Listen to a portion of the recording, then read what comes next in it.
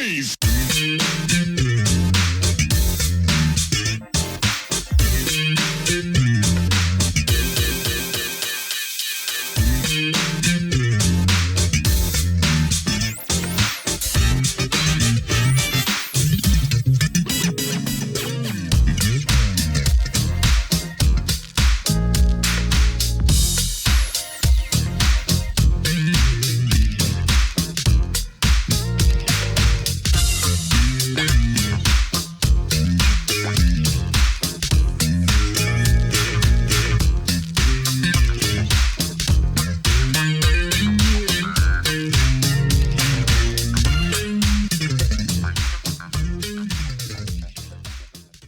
Hello and welcome to another edition of Truth and Rhythm. Brought to you by funkinstuff.net, this is the interview show that gets deep in the pocket with contemporary music's foremost masters of the groove. I am your host, Scott Dr. GX Goldfine, musicologist, creative arts journalist, and multimedia pro. Whether you're watching the video version of this show or the audio-only podcast version, I thank you so much for your continued interest and support in this show. If you enjoy this programming, there are several ways to help support Truth and Rhythm, as well as contribute to further enhancements and expansion, plus get some sweet perks and rewards in the process. First, subscribe to the Funk and Stuff channel on YouTube, which is where Truth and Rhythm lives, and be an advocate by spreading the word among fellow funk, jazz, and R&B music lovers. Second, join Truth and Rhythm's new membership program through Patreon, which features 3 tiers for truth believers, truth seekers, and truth crusaders. You can also submit a direct donation to the cause anytime at funkinstuff.net. At that site, which is loaded with awesome content, you can also purchase the book Everything's on the One, The First Guide of Funk, shop for official Truth and Rhythm and Funk and Stuff merchandise, and use the Amazon links for all of your online purchases, which allocates a percentage to this show. Sponsorship opportunities are available as well. Contact me directly at scottg@funkinstuff.net. For those of you who go the extra step in supporting the show, you have my heartfelt gratitude for allowing us to continue to shine the light on those special artists whose quest is to find truth in rhythm.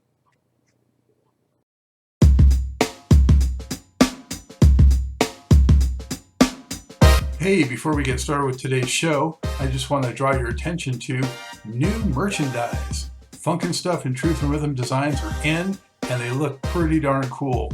So show your support, help support the program, and show off some stylish merchandise and apparel. Only at the Funk and Stuff store.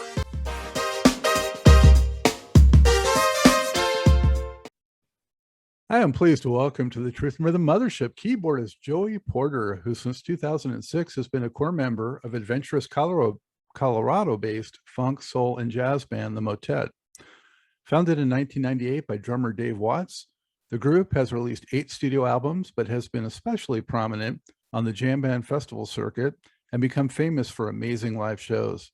Those include annual Halloween concerts, where since 2000 the group has killed with entire cover sets of all-time greats like the Headhunters, Stevie Wonder, Tower of Power, Prince, the Talking Heads, Sly the Family Stone, Earth, Wind & Fire, and Parliament-Funkadelic. In those performances, the Motet doesn't just replicate those sources, but musically inhabits their creative spirits. Their most recent album is 2019's Death or Devotion. Joey, so glad to have you. How are you? Welcome. I'm great. Thanks for having me. Awesome. And I assume, are you in Colorado right now? I am. I live right outside of Denver. Okay. And are you born there? No, I was born in Nashville, Tennessee, believe it or not. Not the funkiest place, I guess. No, but certainly a musical hotbed. Absolutely. Yeah. Yeah. So when did you migrate west? I first moved to Oregon in 94 and lived there for 10 years before I moved to Colorado. I lived in Portland. Mm-hmm. Yeah, I love all those areas. I think you're picking good spots, you know? Yeah, Portland's really nice. I mean, I still go once or twice a year to play gigs there. I love it. Still have some of my best friends in the world still live there. Yeah, yeah. You get some interesting characters in both Colorado and Portland, I think, but it's all good and all fun. Absolutely. And a lot of great music, for sure. For sure. Yeah. There's a lot of great musicians in Portland. There really is. So as I was telling you before we got on air, it's a treat to have you on the show. Been a fan for quite a while. And I think, I actually discovered the group probably, online through like archive.org or something like that, because you guys had long been posting, before you even joined the group, I think, posting shows on there for people to access and to enjoy.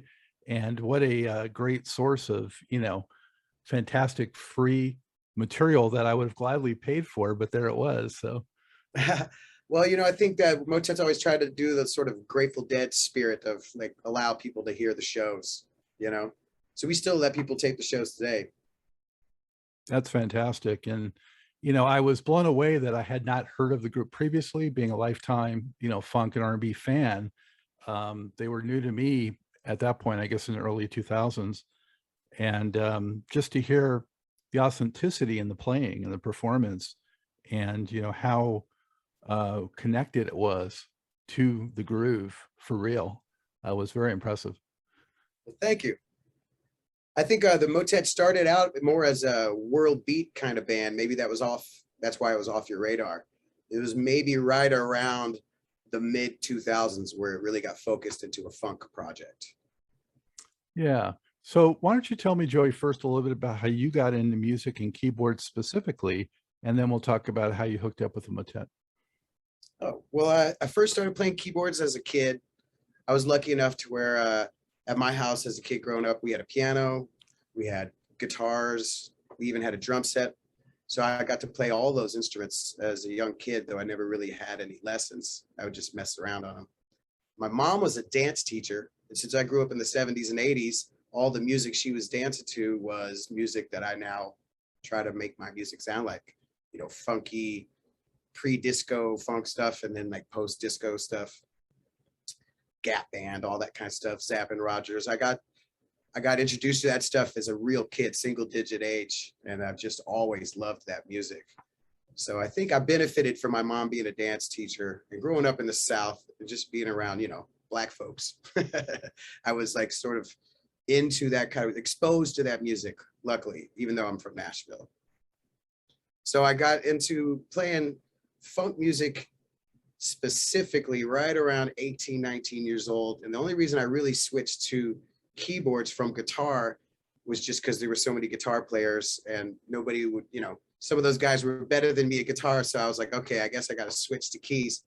It ended up being more intuitive for me after all anyway. So I'm really glad I made that decision. I still play guitar almost every day, but I don't know if you want to hire me to be in your band or not.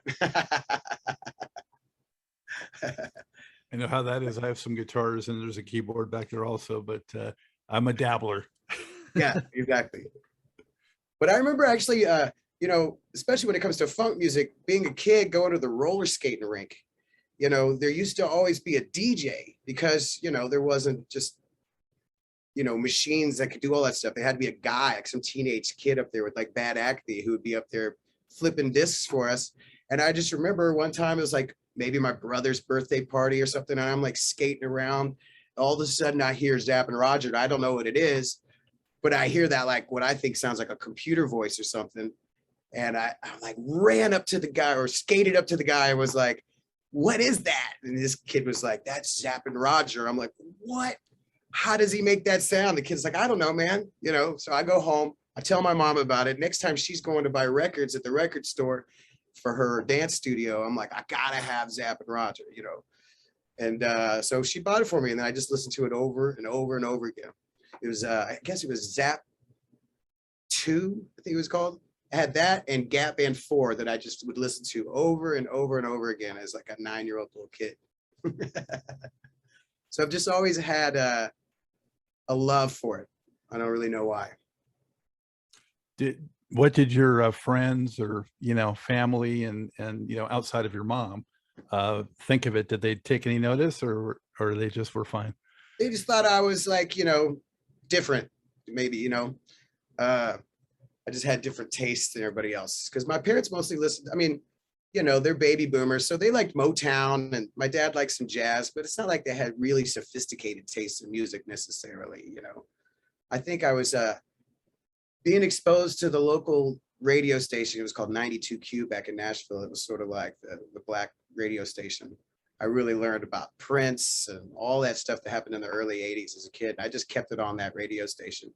And my brothers and sisters would make fun of me and my parents, but you know, what are you going to do? Well, you're lucky, Joey, in that you got in sort of on the tail end of like real funk, you know, because it started Exactly. tapering off in the early 80s. Absolutely. I think by 84, 85, it was kind of pretty corny by then. And yeah, the corporate, you know, thing had kind of taken over, and you know, the MTV world and all that, and funk bands kind of were a casualty in a lot of ways by then. But I mean, you got to remember they didn't even let any, you know, African American artists on MTV for like a few years or something. So there wasn't going to be. I remember like Rick James had to make a big deal about it. They wouldn't let him on MTV. So, you know, I wouldn't have gotten exposed to any of that stuff until at least the late 80s, by the time the funk music was already, you know, not where my favorite era. yeah, you're lucky you got exposed to Zap and Gap Band early on. So did you have any formal keyboard training, or what was, you know, that part of it? Well, I took lessons for like 1 year when I was 9 years old, and that was it. But my mom had, she was a piano player. And like I said, we had a piano at the house, and I just read books, you know, about how to play and how chords work, majors and minors and different scales and whatever. And I just sort of applied it myself.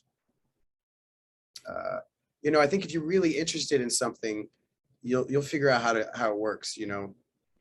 Formal training's good, but for music like funk, I don't know if it's necessary. So how long was it before you were able to sort of play along with things like, you know, a Zap or a Gap Band? Well, you know, at the same time, I was also into rock music, especially the funkier stuff like Led Zeppelin, you know, and people who had some pretty funky beats. So I was learning those songs first before I was trying to learn the funk stuff. They're similar in a lot of ways. They use a lot of the same scales. It wasn't until, yeah, maybe 18, 19 years old that I started trying to play actual funk music, you know. Because you got to remember too, like, see, I'm old. Like, I graduated high school in 1990. By 1990, there wasn't any funk music, you know, and the fact that I liked it, you know, again, people thought I was weird. I mean, there was no internet. I literally went to like the Nashville Municipal Library and would check out albums and cassettes and listen to stuff, because it was the only way you could listen to it. You couldn't go to the store and listen to it. And Tower Records didn't have the thing yet. And so I would go into the library and check it out, you know. That dates me, I guess, a little bit. No, it was like a desert of funk at that time. I mean, there was only a handful of people that were still, you know, doing anything with it, like Prince or Red Hot Chili Peppers, and George Clinton was still out there somewhere. But for the most part, yeah, it was all New Jack Swing. And then on the rock side, grunge was about to come in, and Guns N' Roses was kind of keeping some real rock in there. But it was not a great time for me anyway. Yeah, me neither. The hip hop stuff that happened after that was really cool though, in the 90s. Like the Dr. Dre kind of stuff, or and Snoop, and you know, that's sort of 90s was my favorite era of the hip hop. Yeah, NWA came my in. age, I don't know. No, I totally agree, because that had funk as the basis for so much of it too. Yeah, you know, Biggie, Tupac, all those guys, they had some real crate diggers making the production for that stuff. Exactly. Yeah. So what was, you know, the first real band that you sort of became part of, and how was it for you getting out on stage and entertaining people? I guess the first band I was in high school, and I played guitar and sang.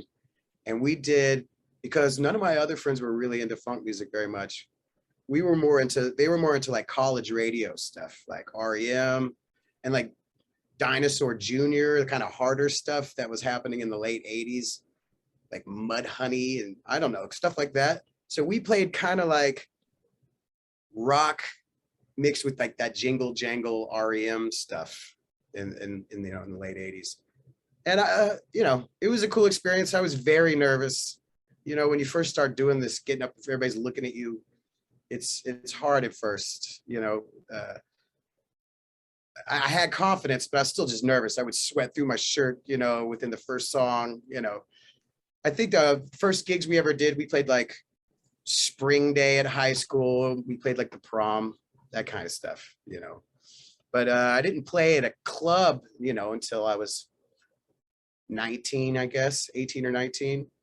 And then at that point, I was sort of more in like I switched to keys and I was doing more like a Little Feat kind of thing. Little Feat was sort of like it's sort of like a funky thing that can take you from rock music to funk. If you've never heard of funk before, Little Feat's pretty funky for a rock band, and you can kind of learn some stuff and like get turned on to funk music through Little Feat. That's sort of what happened to me. Was there anyone at that point, you know, when you started getting serious about music and playing in bands that you saw perform live that really just kind of blew you away? Yes. The first time I ever saw a band and was like, I want to play music, I want to do this, was Living Colour in 1989. And what's funny is they were playing with the Dead Milkmen, which was this punk rock band at the time. And then they had that hit, Cult of Personality, and last minute they switched and they were the headliner and the Dead Milkmen opened up, which is great because Dead Milkmen is like a punk band and Living Colour is amazing. But they put on such a show and they were so funky and they were rocking so hard and their singer Corey was just killing. And I was like, wow, I've never seen anything like this. You know, I had been to concerts with my parents, but you know, nothing cool. That changed my life forever. I was like, I want to do this. This seems so cool. I'm so turned on by this music. I want to turn people on, you know. It was definitely that concert, 1989. Wow, you became part of the cult of Absolutely. yeah. And interesting a little bit because I don't think, unless they did at that show, had a keyboard player. You know, they were all about the guitar and the bass and the drums. That's right. Yeah. At that time, I was still equally doing drums and guitar. I mean, keyboards and guitar. I hadn't fully switched over yet. But by the time I moved to Oregon when I was 21, all I had was a Fender Rhodes and then a bunch of clothes, and that's all I had. So that's the way to do it. You got to challenge yourself, right? You're going to make it or break it, right? That's it. Yeah. I was lucky. I got a Rhodes for $200, and then I found a clavinet for $400 on the coast in Oregon. It had mildew on the inside because it's in Oregon. It was in somebody's basement for so long. I cleaned all the mildew out. Went on to found some old paperwork because the internet didn't have all that information. I found a guy who had all this schematics on how it works, and I fixed the clavinet. So those are the only two instruments I even had for the longest time, Rhodes and clavinet. And those are two of my favorites still. So as far as keyboards go, who are some of your sort of heroes or, you know, guys that you tried to emulate on the keys? My very two favorite are Herbie Hancock and George Duke. I got George's picture right there. Herbie's probably my favorite keyboard player of all time, if not my favorite musician of all time, because it's just so deep, so funky, and his rhythm is perfect. And he writes so many good songs. And then, you know, close second place is George Duke. He's one of my very favorites. And always loved Stevie Wonder's clavinet playing. Billy Preston was an early influence. Bernie Worrell, who I got the pleasure of playing like about a dozen gigs with. He was a huge influence on me. Bill Payne from Little Feat is a keyboard player who I think is pretty funky, might be underrated. Those were all the main guys, I'd say, but mostly Herbie. I was just a Herbie fanatic from the time I was like 19 until today. Yeah, we'll see. That's why I enjoy your playing so much. I'm a Herbie. He's definitely number one for me. Bernie Worrell may be right there too. But yeah, Herbie's also so adventurous and, you know, I mean, Right. He's unbound in what he does and tries. And absolutely. In a way, for funk music, Bernie might be the most influential funk keyboard player, you know, because he really brought out the synthesizer and the clavinet and all that stuff and made it on the radio. It really wasn't on the radio before that much. And so in a way, he might be the most influential, I think. mm-hmm. Have you gotten to meet Herbie, or did you get a chance to meet Duke before he passed away? I didn't. I have met Herbie just quickly, just a handshake, didn't have a conversation with him or anything. Never was able to meet George Duke. But like I said, I got to meet Bernie at least a dozen times, and he was always so cool, and so had so much humility, and like wanted to, tell me stories and give me advice, and I always appreciated it. That's great. That's great. I've only heard great things about him. I met him very briefly. Never got to talk to him at length, unfortunately, but always only good things throughout his entire history is what I've heard. And always so giving, wanting to help and share. And yeah, and in a lot of ways, he kind of got screwed by Clinton. He didn't get the money that he deserved. He really wrote a lot of that stuff, and he deserved more because he wasn't rich when he passed away. Yeah, it's unfortunately an all too common story that you hear. Yeah, but he's one of the all-time greats, so it's even that absolutely. much more painful. So what were the steps essentially for you ending up aligning with the Motet? Well, I was living in Portland, and I had this band called Porterhouse. It was where I wrote all the songs. It was kind of like a fusion funk thing where there was no vocals, and it was drums, bass, keys, and saxophone. And we played a bunch, and we toured the whole country from 2000 to about 2004. And I met the Motet guys, Dave Watts, and we had similar tastes in music. And I was looking for a new project. I was looking to move out of Oregon. I ended up moving to Colorado, but it was definitely, I lived in Colorado for 2 or 3 years before I joined the Motet. They had a keyboard player already, but he quit, and then I slipped right in there. But we had been friends, me and Dave, since the 90s, just from playing festivals together. And my band had opened up for them at different venues. And I thought they were funky, and I liked their like sort of world beat thing that they were doing. Thought it was different. I was living up in the Northwest, and everything was kind of grungy at that point. Not that I didn't like it, but I was just sort of sick of it at that point. And I thought it was cool that somebody else was trying to do something besides that. So once I moved to Colorado, which I only moved here to Colorado because it's awesome, not because the music scene was happening. And actually the music scene is happening now, but it wasn't when I moved here in 2004. It was just okay. There was only a couple of venues. Now there's endless venues, and so many people have moved from all over the country to live here. And now all of a sudden I have like Adam Deitch, who I can call up to play drums if I want. I didn't have that before.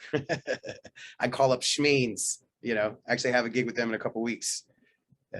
So I'm lucky all these people have moved here. Yeah, that's way cool. What was it like when you first got with the band? What was the chemistry like, and how did you find your slot? Well, luckily Dave's real open-minded and was willing to like let me have some creative, control and some say and some stuff. And it kind of slowly switched from mostly an Afrobeat and world music thing to sort of a funky soul thing too, where we still would do some Afrobeat, but only like 1 or 2 out of every 10 songs. And the rest of it was either funky instrumental stuff or vocal stuff. Soon after I joined the band, we got a vocalist, this guy Lyle Davinsky, who's a great soul singer. And so we were able to write more songs and have like a little less jams and a little more like focused songs. And that was cool for a while. But Lyle since has left the band during the pandemic. So now we're kind of back to playing a lot of instrumental stuff and having different singers come and join us for different gigs. And on our new album, we're going to have like a few different singers on the album instead of just having one person. Interesting. I didn't know he had left. Yeah, I mean, during the pandemic, he just sort of decided he wanted to do some different kind of music, a little more acoustic-y kind of stuff. And actually, he moved to Portland, Oregon. Yes, flip spots. That's right. He's still my homeboy and everything. It's all good. Were there more coffee houses there or in Colorado? There definitely is.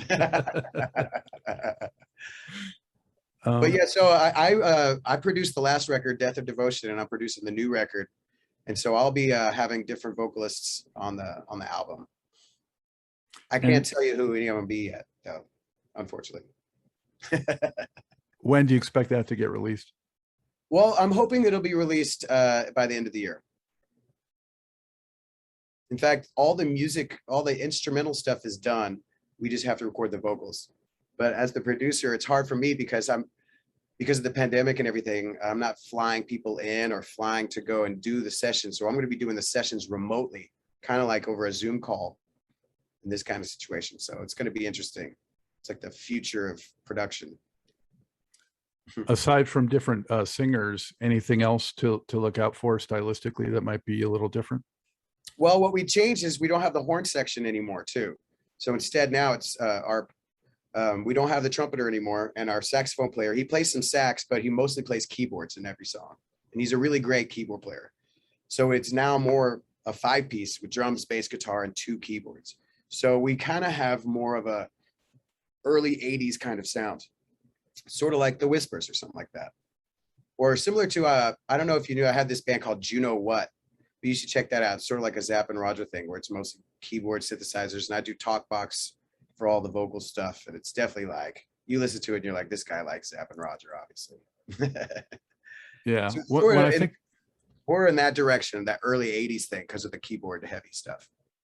yeah. So I also think of people like Cameo at that time when they got rid of their horns, and Prince with the keys instead of horns. Yeah, I think a lot of those bands did it out of necessity to have to not pay a 9-piece band. But eventually the synthesizers, because they were new, that just became the thing.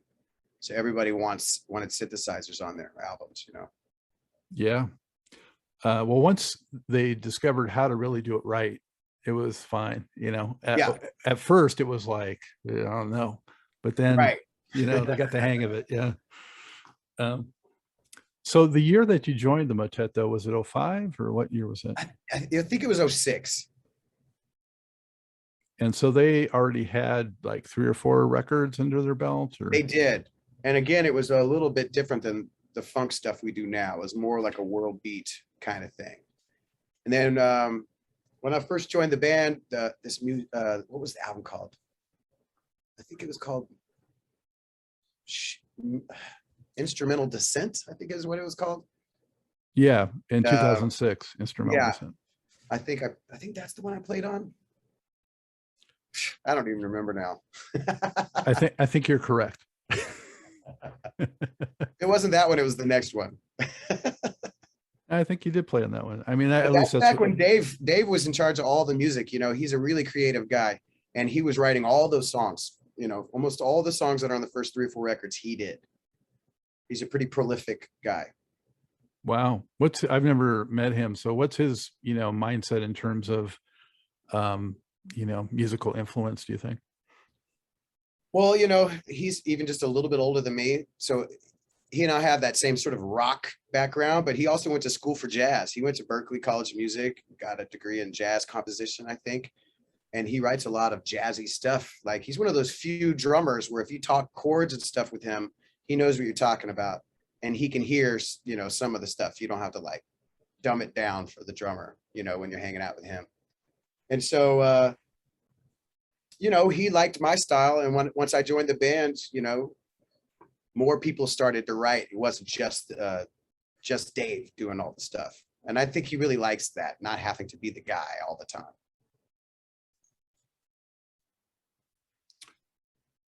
So when you got in there, it took you a couple of years until you sort of got to the point where you feel comfortable enough to sort of be in more of a producer related type role, or?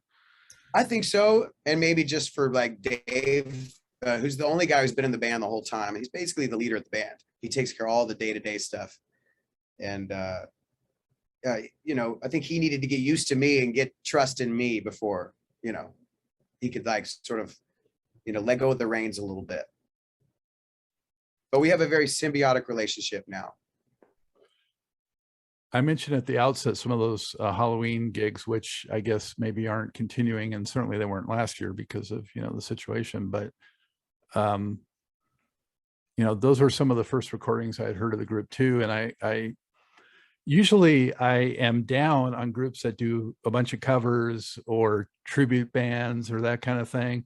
But the Motet did it so well that it was great. I was totally on board. you know, so good at not only replicating those great sources, like I said in the intro, but, you know, really inhabiting it so that, you know, you bring such a authenticity and real feel to it and maybe add to it a little bit and put your own spin on it a little bit that it's just great on its own.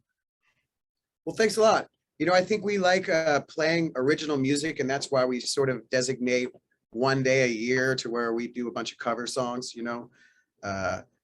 And by learning all those songs over the last 15 years from all those prolific bands, Tower Power, Prince, Stevie Wonder, you know, all that stuff. And then after that, after we ran out of people, we started doing years. We did 1980, I think we did 75, 77. After learning all these great songs, it really informed me and helped me write songs. And I think, you know, if you're a musician out there and you think you want to write cool songs, you really got to learn all somebody else's stuff first. Once you learn all that stuff, then you'll have the tools to write a better song yourself. That's what I really like the best about playing those Halloween shows.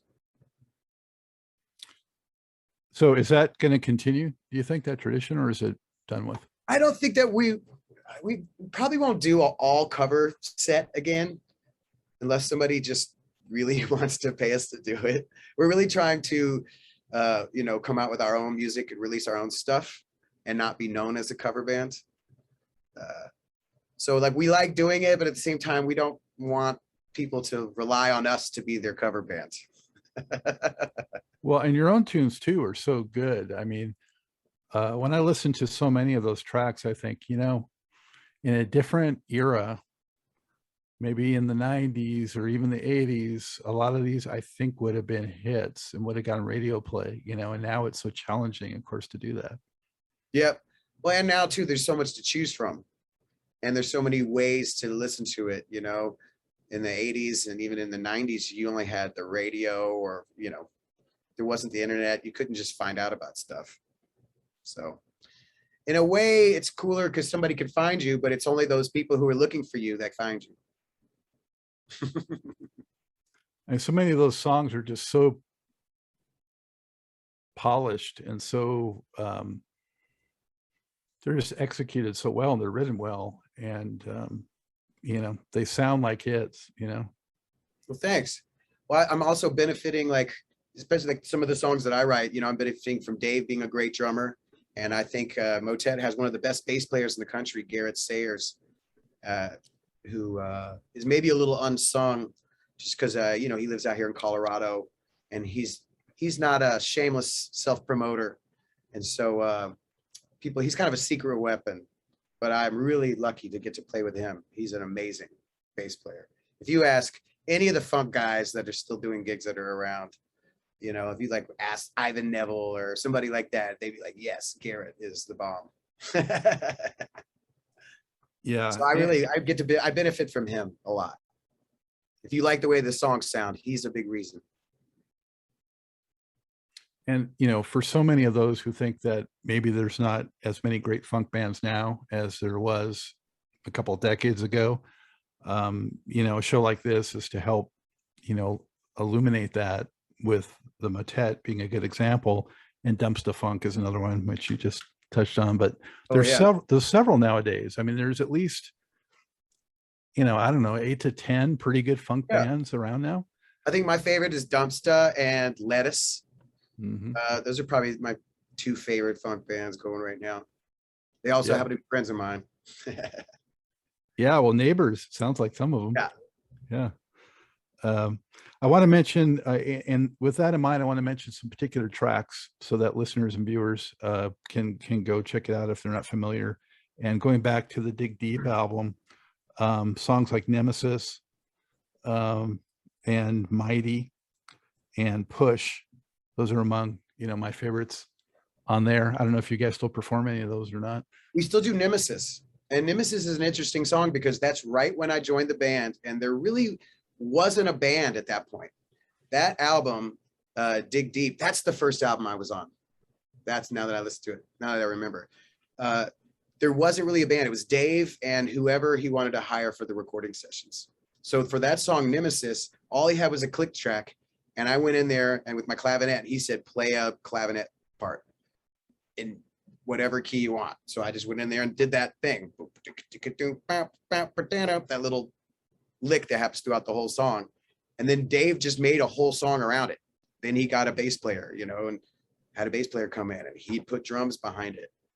So really, Dave wrote that song, but I guess I kind of planted the seed with that clav thing, and you know, the song bloomed from there. The other two songs, we don't play very much stuff from that era Motet anymore, but we do still play Nemesis. Yeah, Nemesis is sort of like a kaleidoscopic, you know, flavor, I think, with what you were talking about.